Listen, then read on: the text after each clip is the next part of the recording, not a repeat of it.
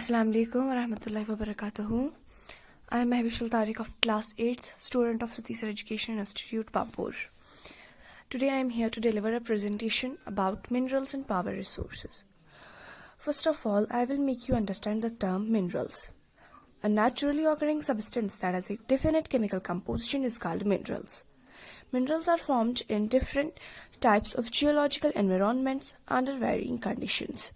They can be identified on the basis of their physical properties such as color, density, hardness, etc.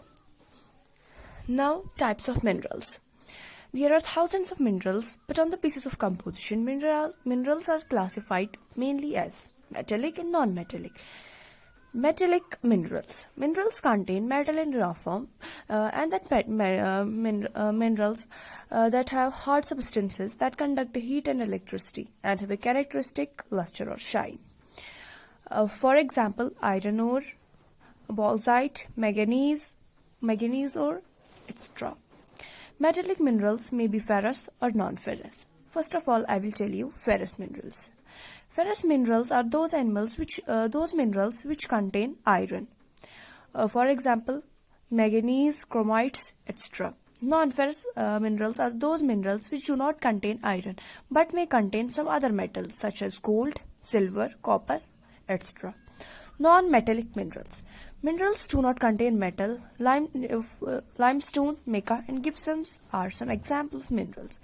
The mineral fuel like coal and petroleum are also non-metallic minerals. Now, extraction of minerals. Minerals can be extracted by mining, drilling, or quarrying. Mining is of two types: open cast mining, shaft mining.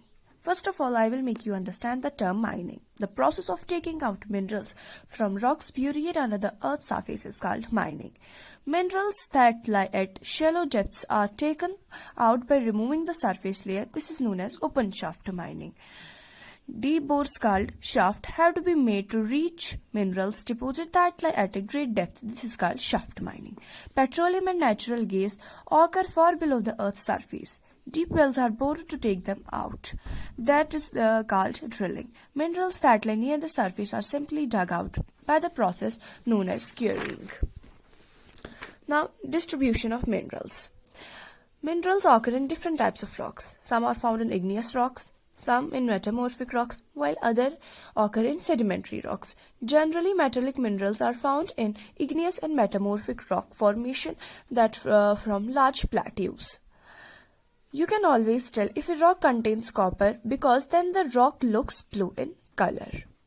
Iron ore in North Sweden, copper and nickel deposits in Ontario, Canada, iron, nickel, chromites, and platinum in South Africa are examples of minerals found in igneous and metamorphic rocks.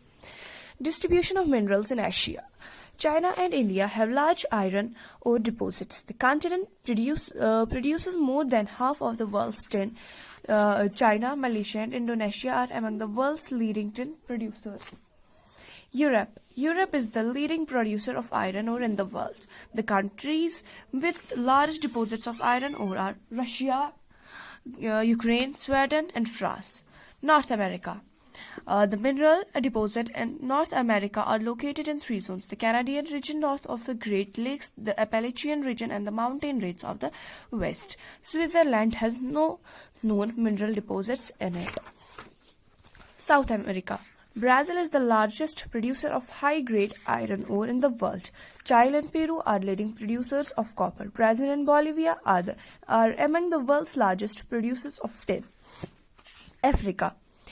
Africa is rich in mineral resources. It's the world's largest producer of diamond, gold, and platinum. South Africa, Zimbabwe, and Zaire produce a large portion of world's gold. The other minerals found in Africa are copper, iron ore, chromium, uranium, cobalt, and bauxite. Australia. Australia is the largest producer of bauxite in the world. It is leading producer of gold, diamond, iron ore, tin, and nickel. It's also rich in copper, lead, zinc, and manganese.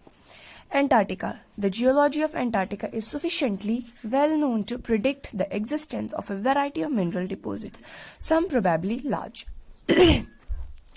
Now I will tell you uses of minerals. Minerals are used in many industries. Minerals which are used for gems are usually hard. These are then set in various styles for jewelry. Copper is another metal used in everything from coins to pipes. Silicon used in the computer industry is obtained from quartz. Aluminium obtained from its ore. Bauxite is used in automobiles and airplanes, bottling industries, building, and even in kitchen cookware. Conservation of minerals. Minerals are non-renewable resource. It takes thousands of years for the formation and concentration of minerals. The rate of formation is much smaller than the rate at which the humans consume these minerals. It's necessary to reduce wastage in the process of mining. Cycling of metal is another way in which the mineral resource can be conserved. Power resources. Power or energy plays a vital role in our lives. We also need power for industries, agriculture, transport, communication, and defense. Power resources may be broadly categorized as conventional and non-conventional resources. Conventional source. Conventional source of energy are those which have been in common use for a long time. Firewood and fossil fuels are the two main conventional energy sources. Firewood. Remains of plants and animals which were buried under the earth for millions of years got converted by the heat and pressure into fossil fuel. Fossil fuels such as coal, petroleum, and natural gas are the main source of conventional energy. Coal. This is the most abundantly found fossil fuel. It's used as domestic fuel in industries such as iron, steel, steam engine, and to generate electricity. Electricity from coal is called thermal power. The coal which we use today was formed millions of years ago when giant ferns and swamps got buried under the layer of earth. Coal is therefore referred to as buried sunshine. Coal is also known as black diamond. The leading coal producers of the world are China, USA, Germany, Russia, South Africa, and France. The coal producing areas of India are Ranijang, Jharia, Dhanbad, and Bokoro in the Jharkhand. Petroleum. The word petroleum is derived from Latin word petra, meaning rock, oleum meaning oil. So petroleum means rock oil. Now I will tell you about petroleum. The petrol that keeps your car running as well as the oil that keeps your cycle from squeaking both began as a thick black liquid called petroleum. It is found between the layers of rocks and is drilled from oil fields located in offshore and coastal areas. This is then sent to refiners which process the crude oil and produce a variety of products like diesel, petrol, kerosene, wax, plastics, and lubricants. Petroleum and its derivatives are called black diamond as they are very valuable. Natural gas. Natural gas is found with petroleum deposit and is released when crude oil is brought to the surface. It can be used as a domestic and industrial fuel. Russia, Norway, UK, and the Netherlands are the major producers of natural gas. Hydropower. Rainwater or river water stored in dams is made to fall from heights. The falling water flows through pipes inside the dam or turbine blades placed as the bottom of the dam. The moving blades then turn the generator to produce electricity. This is called hydroelectricity. Norway was the first country in the world to develop hydroelectricity. Non-conventional source of energy. The increasing use of fossil fuel is leading to its shortage. It is estimated that if the present rate of consumption continues, the reserves of these fossil fuel get exhausted. Moreover, their use also causes environmental pollution. Therefore, there is need for using non-conventional sources such as solar energy, wind energy, tidal energy, which are renewable. First of all, I will tell you about solar energy. Sun's heat and light energy can be felt by us every day. Solar energy trapped from the sun can be used in solar cells to produce electricity. Many of these cells are joined into solar panels to generate power for heating and lighting purpose. The technology of utilizing solar energy benefits a lot of tropical countries. They are blessed with abundant sunshine. Solar energy is also used in solar heaters, solar cookers, solar dryers, beside being used for community lighting and traffic signals. Now is wind energy. Wind is an inexhaustible source of energy. Windmills have been used for grinding grains and lifting water since times immemorial. In modern times, windmills, the high-speed winds rotate the windmill, which is connected to a generator to produce electricity. Wind farms having cluster of such windmill are located in coastal region and in mountain passes where strong and steady wind blows. Wind farms are found in Netherlands, Germany, Denmark, UK, USA, and Spain. Nuclear power. Nuclear power is obtained from energy stored in the nuclei of atoms of naturally occurring radioactive elements like uranium and thorium. These fuels undergo nuclear fission in nuclear reactors and emit power. The greatest producer of nuclear power are USA and Europe. In India, Rajasthan and Jharkhand have large deposits of uranium.